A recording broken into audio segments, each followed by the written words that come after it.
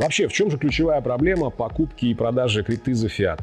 Она вот как раз-таки возникает на границе вот этих вот двух миров, криптомира и фиатного мира. Здесь нарушается и не работает принцип полного недоверия сторон, который обязательно должен быть в крипте везде. Вот. Допустим, в крипте мы можем с тобой заключить смарт-контракт, которому ты отдаешь одну монету и гарантированно получаешь другую монету. Вот, по конкретному курсу.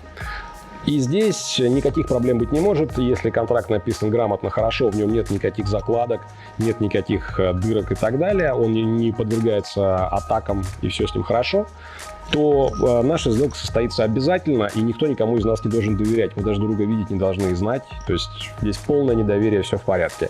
А вот с фиатом это не так. Всегда есть кто-то, кто дает первый, а кто-то дает второй. Это прекрасный пример. Я сюда привожу в пример магазин. Приходишь в магазин, хочешь купить булку хлеба, отдаешь за нее 50 рублей и предполагаешь, что магазин тебе выдаст булку хлеба. Хотя может и не выдать на самом деле. То есть никто тебе тут на 100% гарантию не даст. Магазин просто может сказать тебе «до свидания, уходи». В супермаркете схема немножко другая. Ты сначала берешь булку хлеба, а потом предполагается, что ты оплатишь ее на кассе. Хотя ты можешь ее тоже не оплачивать, а просто убежать. На это и стоит там охрана, чтобы такого не было. При покупке крипты за фиат и обратно придется, к сожалению, смириться, что ты вынужден доверять какому-то гаранту. Либо это OTC-площадка, либо кошелек, либо биржа, либо обменник, либо что угодно. И здесь тебя могут, конечно, запросто кинуть, поэтому нужно знать несколько самых простых и банальных правил, которые обязательно всегда при любых операциях между криптой и фиатом нужно соблюдать. Первое, самое понятное правило. Не бывает супер сладких условий. Если тебе предлагают какие-то волшебные варианты покупки крипты с очень большим дисконтом или, наоборот, продажу крипты с очень большой премией, это обязательно практически 100-500% это мошенничество чистой воды, поэтому сразу же убегай. Сконвертировать крипту в фиат сейчас – это совершенно никакая не проблема, это чисто техническая задача. И если твой контрагент готов терять какие-то проценты на сделке, непонятно зачем, значит, скорее всего, он использует тебя как-то в темную для каких-то совсем непонятных дел.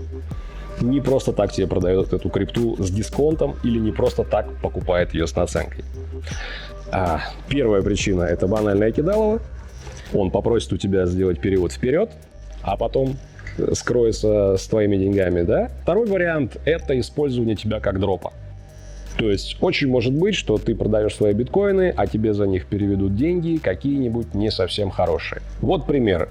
Ты хочешь купить крипту на OTC, а мошенник в это время разводит Васю из Сыктывкара на покупку какой-нибудь вещи, вообще абсолютно любой.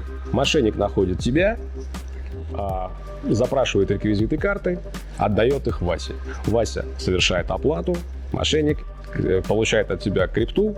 Вася, естественно, никакого товара не отдает, скрывается в тумане, больше никогда на связь не выходит. И отсюда вопрос, а на кого же Вася в таком случае пишет заявление в полицию? Ну, конечно, на тебя. И вот ни с того ни с сего ты получаешь кучу геморроя. А почему? А потому что тебе понравились суперсладкие условия. Суперсладких условий не бывает нигде и никогда.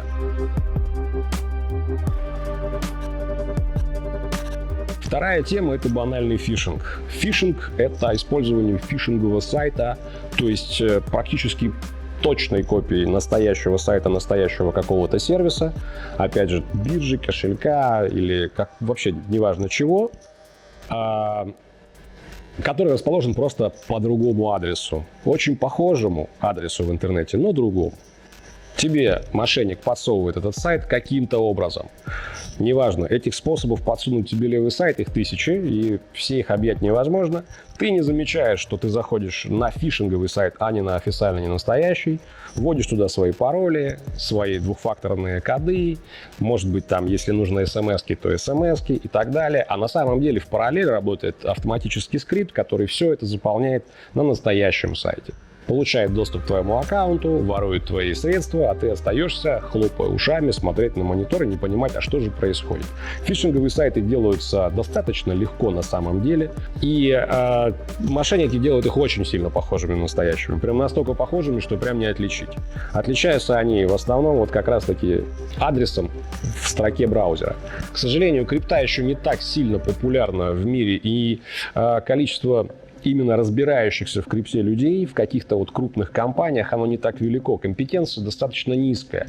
И вот, допустим, в том же самом Яндексе долгое время, когда ты забиваешь какой-то популярный сервис, тот же самый Local Bitcoins, или, например, Blockchain Info, или что-то подобное, первой ссылкой выпадали именно мошеннические фишинговые сайты.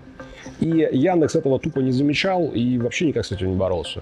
То есть он просто игнорировал. Ему писали много раз и говорили: ребят, ну может уберете? Ну что за фигня? Ну кто-то же заходит сюда. Вот заходит новичок, забивает в поиск, и ему вот вываливается чистой воды фишинг. Как он выглядит? Буковка О с двумя точками сверху, с умулятом. Вот и все. То есть сам название сайта, оно просто написано не на латинице, а там на норвежской латинице, грубо говоря. И все. Эти две точечки никто не заметил, зашли и все. Классический другой пример. Вместо буквы I стоит буковка L. Маленькая, английская. Все. Может быть там не ком, а что-то другое в конце. То есть ты заходишь .com, а на самом деле тебе вываливается .cn, например, или .org, которого не существует. И все. Вот. Эта проблема есть до сих пор, она никуда не денется, она будет всегда. Все охотятся за твоими активами, крипту воровать одно удовольствие, потому что концов следов найти очень трудно. Поэтому всегда, пожалуйста, очень внимательно смотри, куда ты заходишь, куда ты тыкаешь и зачем ты это делаешь.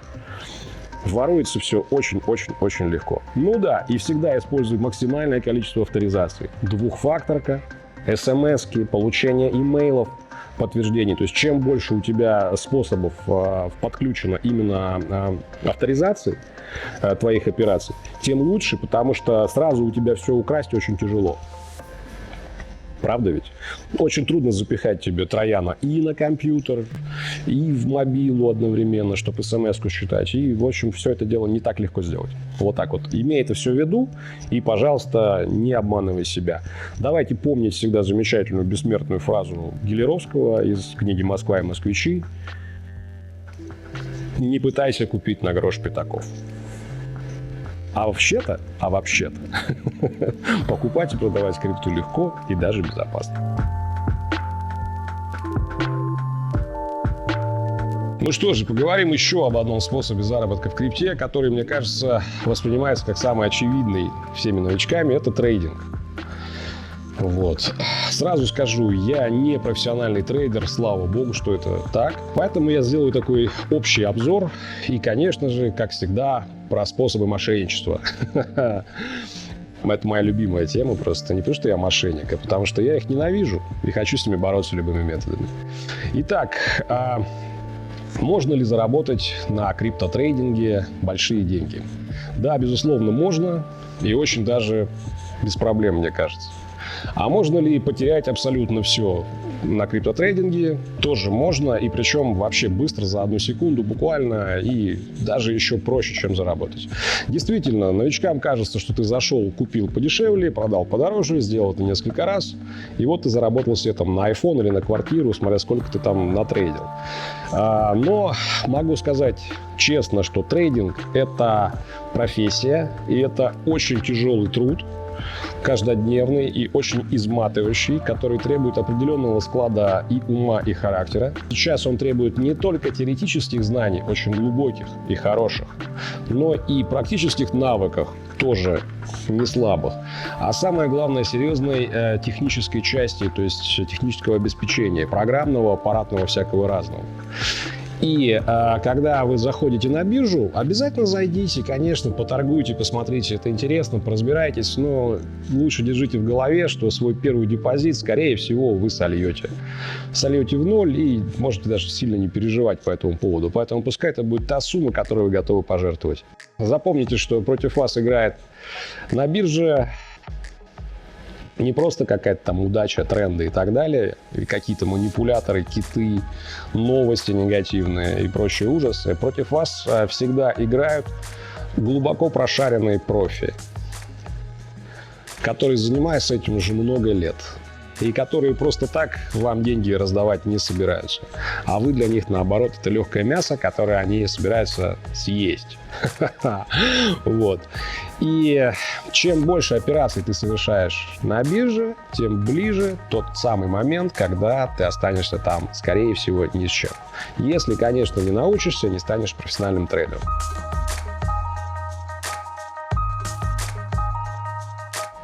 Итак, всевозможные разводки, связанные с трейдингом. Первое, наверное, это само по себе даже обучение трейдингу. Я не говорю, что обучаться трейдингу это неправильно. Это правильно, это хорошо, это можно это делать. Просто не нужно вестись на какие-то чудо-замечательные курсы, где какие-то супер-мега профессиональные трейдеры собирают студентов и рассказывают им, как заработать миллиарды, не выходя из дома, сидя там за ноутбуком. Полная ерунда, даже чисто логически. Если у вас нет логики, зачем вы пришли в крипту? Да? Чисто логически, если я супер-мега-профи-трейдер, зачем я трачу время, собираю там по 100, 500, по 1000 баксов с каких-то хомячков и обучаю их чему-то? Зачем я вообще трачу свое время? Я могу сесть и заработать те же самые деньги за секунду на бирже. Я же профи, у меня же все всегда классно. Это первый момент. Но теоретические знания о трейдинге получить стоит, причем как о классическом, так и конкретно о криптотрейдинге. Классический трейдинг, классический рынок, то есть рынок акций, либо фиатных валют, типа Форекса и так далее, он отличается от крипторынка несколькими серьезными такими вещами, но отличается достаточно прилично. Все это нужно изучать, пробовать, обязательно пробовать самим, смотреть, что получается. Никому не верить на слово никогда. И не верить в супергуру, который тебе что-то там научат. Просто так. Ни в коем случае. Дальше посмотрим. У новичков еще очень популярны так называемые криптоканалы с сигналами. Что это такое? Ты заходишь в Telegram, там сидят какие-то ребята, которые рассказывают, как они прекрасно торгуют, как они отыгрывают все движения рынка вниз и вверх, каждую свечечку, ювелирно снимают профит, четко и точно. Никогда у них не бывает никаких ошибок и косяков. И поэтому вот тебе сигнальчики, заходи, смотри, что получится. Ой, правда, получается, замечательно. А вот тебе ссылка на наш закрытый канал. Членство стоит там $300. Платишь, и там тебе будет счастье. Ну, во-первых, половина таких каналов, они в принципе скам, да, ты платишь, тебя никуда даже не запускают. А во-вторых, конечно, любой трейдер профессиональный вам скажет, что нет людей, у которых 100% только профиты. Всегда есть потери, всегда есть лоссы, и если в канале тебе кормят только выигрышными сделками, то значит здесь что-то не так. В любом случае, зачем кому-то, опять же, рассказывать тебе, делиться с тобой сигналами, делать тебя богаче, и зачем за это просить какие-то там копейки, да? Если ты сиди, доработай, в конце концов, зачем тебе вся эта суета? Ни к чему. А для того, чтобы увеличить депозит и так далее и тому подобное, опять же, любой трейдер тебе скажет, что большой депозит зачастую это не очень-то хорошо. На маленьком депозите трудно показывать доходность, но и на большом тоже трудно. То есть есть определенный комфортный уровень, причем у каждого трейдера он разный, на котором трейдеру хорошо и приятно работать, он успевает, справляется и показывает какую-то эффективность на долгосроке, и все у него хорошо. И он этот депозит раздувать не собирается, и не хочет, и не будет. Это просто ему не нужно, это ему создает больше проблем, чем дает ему дохода. Вот. Здесь же сразу возникает очень неприятная, некрасивая и даже, я бы сказал, мерзкая тема, так называемое доверительное управление. То есть, вот смотри, какой я молодец, я супертрейдер, дай мне свою крипту, я буду торговать, и мы с тобой будем делиться. Ты молодец, ты дал мне денежек, ты меня вложил, вот 50 на 50 от того, что я наторгую, мы делимся. Ну, полностью противоречит такому моменту, как тотальное взаимное недоверие, да, которое должно быть в крипте. То есть ты отдал деньги неизвестно кому, и неизвестно зачем, и неизвестно почему. Человек, даже если он тебе показывает все свои трейды и так далее, никогда в жизни не может тебе гарантировать никакую стабильную доходность, может совершать ошибки, а в один из моментов может полностью просто исчезнуть и все. Вот. Криптофонды, доверительное управление, вот это все, ну, скажем так, это путь проклятый путь в никуда, потому что, скорее всего, ты просто лишишься своего депозита навсегда. И никогда в жизни ты ничего не получишь в ответ. Вот. Есть такая фишка, называется копи-трейдинг. То есть это когда ты смотришь за каким-то крутым трейдером и либо автоматически, либо полуавтоматически, либо вручную копируешь его сделки. Вот это, в принципе, имеет смысл, оно, скажем так, работает, действительно живет. То есть вот есть сервисы, которые занимаются копи-трейдингом, и этим заняться можно, но, опять же, когда ты только ни в коем случае не отдаешь свой депозит в управление кому-то постороннему. Тут же возникает вопрос, как быть с ботами. Существуют ли криптоботы? Да, существуют. Есть криптоботы, есть алгоритмическая торговля, есть сервисы, которые, ну, даже мои друзья делали сервисы по криптоботам, которые до сих пор работают прекрасно, имеют хорошие отзывы, показывают даже какую-то прибыль. Но, опять же говорю, настоящий нормальный криптобот или сервис криптоботов никогда не требует предоставить ему твой депозит. Как же тогда это работает? Большинство нормальных топовых бирж поддерживают что? Поддерживают через API, то есть через внешний интерфейс, подключение для трейдинга какого-то софта, того же самого бота. То есть ты можешь предоставить специальный ключ для авторизации через API для бота с ограничением, что он может только торговать. Он не может ни выводить деньги, ничего с ними делать. Вот по такой схеме бота подключать можно.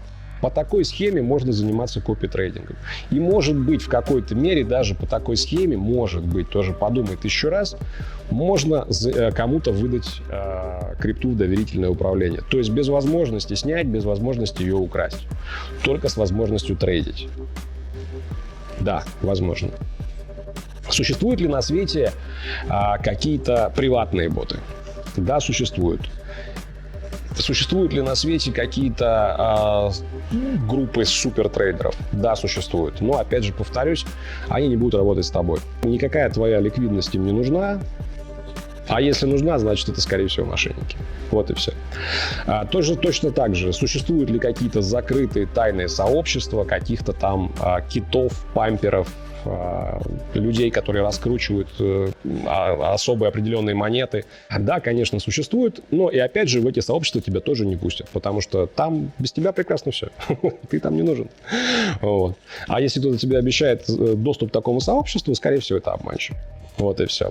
В таком случае, какое у нас здесь резюме по трейдингу? Трейдингом заниматься можно, но очень аккуратно. Нужно заниматься им ответственно и понимать, что ты делаешь. Каждое твое действие должно иметь какое-то обоснование. Да? Ну, либо если ты делаешь, что попало, то не расстраивайся и не плачь потом, что потерял все.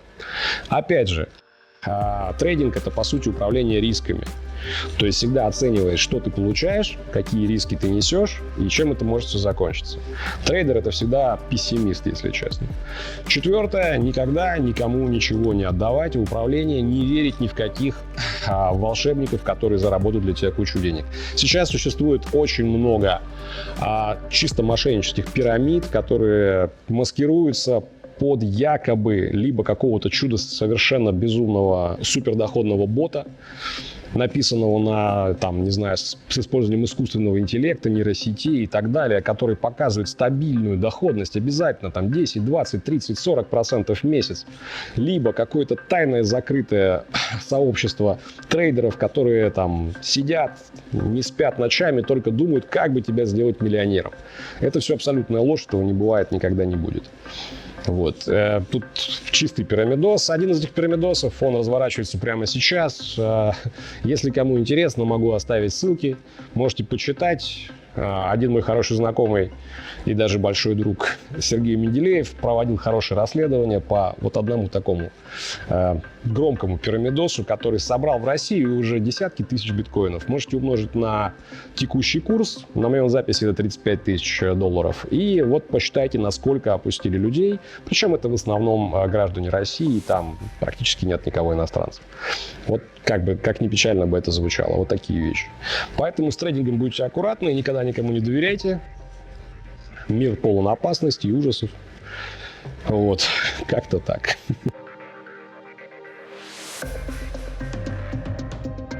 И еще один интересный способ заработка в крипте и на крипте называется DeFi, либо DeFi, децентрализованные финансы. Сейчас это очень модная тема, и это действительно рабочий метод. Последний вот хайп крипты, который сейчас мы наблюдаем, который начался этим летом, он как раз начался именно благодаря DeFi проектам. DeFi проекты родились из децентрализованных криптобирж. Что такое децентрализованная криптобиржа, в чем ее фишка, чем она отличается от централизованной? Когда ты заносишь свою крипту на централизованную биржу, по сути, как всегда, тут возникает вопрос доверия. То есть биржа забирает твою ликвидность, живую, настоящую, а выдает тебе просто циферки на экране. Да? Ты смотришь свой баланс у себя на счету и радуешься, что какой я молодец. Настоящей крипты у тебя нет, и у тебя есть только предположение, что биржа тебе по твоему требованию твою ликвидность вернет. И что она не закроется внезапно, что ее не ограбят, что на нее не будет какой-нибудь хакерской атаки. Либо фейковой хакерской атаки, потому что, честно говоря, централизованные биржи любят закрываться, обосновывая это тем, что ой, нас взломали и все украли. Такое было не раз, не два и не 100 даже. Вот. Криптобиржи, конечно, это большие крупные предприятия, по сути, с огромными оборотами, и поэтому возникает определенная такая степень уверенности в их надежности. Но это абсолютно ложная, конечно, уверенность. Почему? Потому что первая криптобиржа на свете, она, например, закрылась. Да, и она именно что соскамилась, деньги украли, и суды идут до сих пор. Это очень громкое дело, называется биржа MTGOX. Можете про нее почитать, материала навалом, там можно кино снимать, очень интересный такой блокбастер получится. Крупнейшая и самая, наверное, интересная на 17-й год, на начало 17-го года точно, российская биржа BTCE тоже закрылась. Причем с таким страшным скандалом,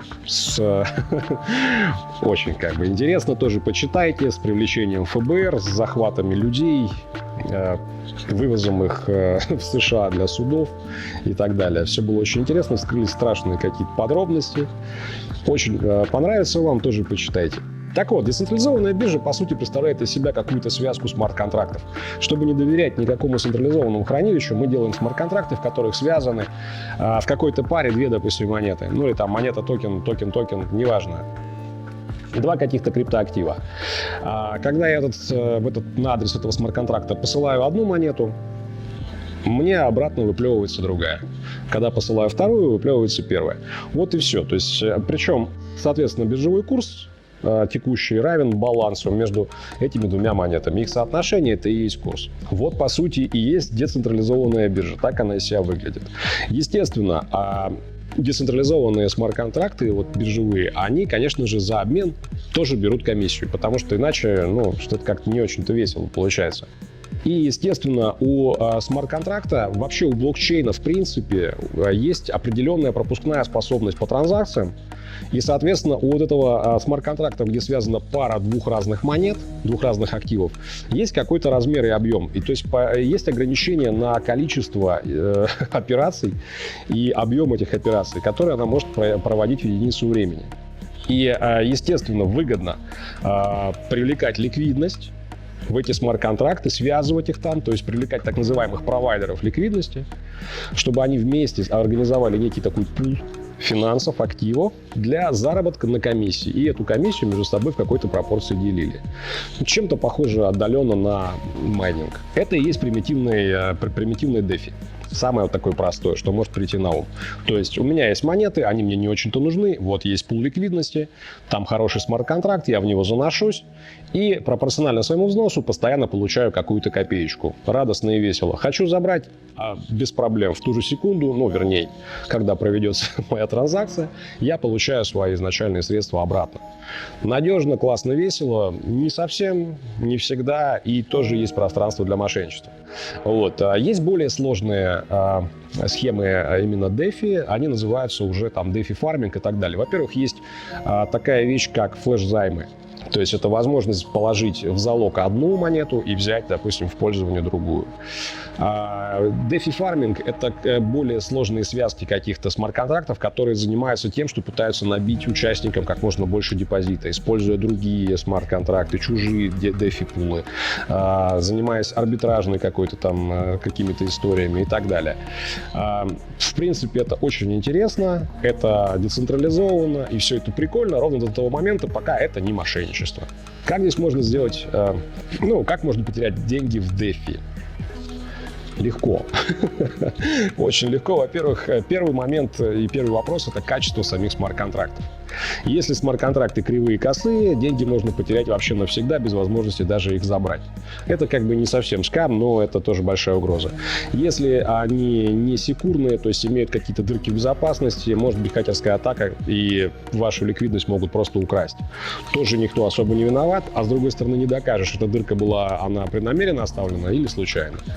Иногда есть закладки. То есть в смарт-контрактах может быть специальная функция, которая просто сливает депозит на какой-то посторонний адрес. В таком случае это чистое уже мошенничество, то есть автор смарт-контракта просто собирает, что называется, хомячков, чтобы потом в нужный момент их просто окучить. Да, чем-то завлекает и привлекает. Как с этим всем борются? Но, к сожалению, здесь именно для новичка здесь нет никакого надежного метода, кроме как опять нарушать принцип полного недоверия. Смарт-контракты DeFi и вообще все вот эти структуры, они проходят какой-то аудит и сами к этому стремятся. Существует профессиональное сообщество именно криптопрограммистов, которые глубоко разбираются в тематике, куда обязательно закидываются смарт-контракты для, так сказать, публичного анализа, чтобы люди посмотрели и сказали, что там хорошо или плохо. Безусловно, обязательно у всех DeFi проектов должен быть исходный код открытый, лежать на GitHub, должно быть все понятно. Вот, здесь как бы даже не обсуждается. Иногда аудиторы смарт-контрактов привлекаются просто на общественных началах бесплатно. Людей прикалывают некоторых просто ковыряться в чужих смарт-контрактах, почему нет? Иногда это делается платно, на платной основе и так далее, неважно. Но самое главное, если вы видите какой-то DeFi, который рассказывает чудесные байки, какая она замечательная и как там все здорово растет, но при этом аудит никто не проводил, и вы нигде не можете найти, наверное, такой достаточно достоверный, именно проведенный адекватный аудит их контрактов, то связываться с этим совершенно не стоит. DeFi-проектов очень много, их прям очень много, они появляются каждую секунду буквально. И, конечно, все проверять их никто не будет и никто не успевает. Но если вот этот проект не проверен никем, то, собственно, зачем вы туда идете? Вот и все. Но на самом деле существуют действительно очень хорошие схемы DeFi, которые пока что работают и будут работать еще какое-то время. То есть это тоже не гарантированная штука. Вообще заработок в DeFi на самом деле не гарантирован. Там есть немало рисков и немало ситуаций, где можно очень даже неплохо так подслиться, то есть очень прилично слить свой депозит. Особенно это происходит при большой волатильности каких-то из частей DeFi-пула. DeFi-пул, он всегда содержит две, как минимум, две монеты, два актива. Да, если один из них начинает резко расти или резко падать, там могут быть разные ужасные события. Да? Вот, это называется impermanent loss, это называется в терминологии DeFi. Вот он существует, можете тоже об этом почитать, и я думаю, что нужно об этом почитать. Статей про DeFi навалом, читайте их все, как минимум на авторитетных ресурсах, на остальных можете не читать. Помимо, но несмотря на это, прямо сейчас существуют даже безрисковые схемы DeFi, где, в принципе, все в порядке, как минимум риски вынесены за пределы контракта. Но и некрасивых историй с DeFi тоже немало, причем даже с DeFi, запущенными на площадках известных крупных криптобирж. Вот, например, на Binance совсем недавно были несколько скандалов, когда вроде как проекты запускаются под крылом, так сказать, и под аудитом Binance. Binance — это крупнейшая централизованная биржа на свете. Сейчас она абсолютный топ и практически недостижим никем. Оказалось, что не такая это серьезная гарантия. И действительно, мошеннические криптопроекты проникают даже вот в такие крупные компании, то есть развиваются на крупных площадках типа Binance. И это, конечно, очень неприятно. Изучайте DeFi, это будущее. Чем она обернется, вообще неизвестно. Там развиваться можно еще и развиваться. Функции можно выдумывать массу. Интеграции разных приколов, там, разных механик можно навыдумывать просто там целый синий океан. Выдумывай и выдумывай. Вот. И зарабатывать на этом можно. Сейчас все токены, которые, наверное, максимально сейчас растут, больше всего отпомповались в этом году, они все были связаны с DeFi. Самая популярная хайповая тема. Заходите, смотрите, но будьте аккуратны, это тоже не стопроцентно. Никто вам не даст стопроцентной гарантии, что все будет везде всегда хорошо. Никогда и никто. И в завершении я вам скажу, не связывайтесь с майнингом никогда. Как человек, который занимается им профессионально, в частности, команда моя создала пул, который контролирует 6% на данный момент, а на пике это было 9% от всего майнинга основной монеты, это биткоин мировой, да? Мы добываем биткоин, то есть очень большую часть его каждый месяц, каждый день, даже каждый час. И даже каждую минуту бывает иногда. Ну, каждую минуту не бывает, ладно, вру. Не связывайтесь с майнингом просто по одной простой причине. Если у вас нет серьезного административного ресурса, хорошего доступа к очень дешевому электричеству и нескольких, а лучше даже нескольких десятков миллионов долларов, эта тема не для вас. Эта тема давным-давно перестала подходить для новичков. Она вообще стала слишком сложная, вы там ничего не получится у вас. Это первый момент. Второй момент. Есть такая штука, как cloud mining, то есть когда тебе кто-то предлагает, опять же, вложиться якобы в железо, которое тебе что-то там майнит где-то неизвестно где, это на 99,99999% это тоже скам чистой воды, потому что тебе, опять же, за твои деньги продают циферки на экране, которые невозможно доказать. Там будут фотографии, там будут видео с разных ферм и так далее, может, даже с моих ферм будут видео. Но я могу сказать, что это все чистой воды обман. Вот. Майнинг, он для больших, серьезных дяденек. Так же, как открытие новых земель, это для больших, бородатых мужиков, которые умеют это делать. Вот. Но точно не для хомяков. Про это забываем. Хорошо? Надеюсь, что хорошо. Большое спасибо за внимание. Я думаю, что будут какие-то вопросы, я на них даже готов отвечать. Я думаю, что у Рами останутся там где-нибудь в описании к видео мои контакты. Я, конечно, прошу не спамить прям сильно, но если что, пишите. Пообщаемся, расскажу вам что-нибудь интересное. Большое спасибо, до свидания.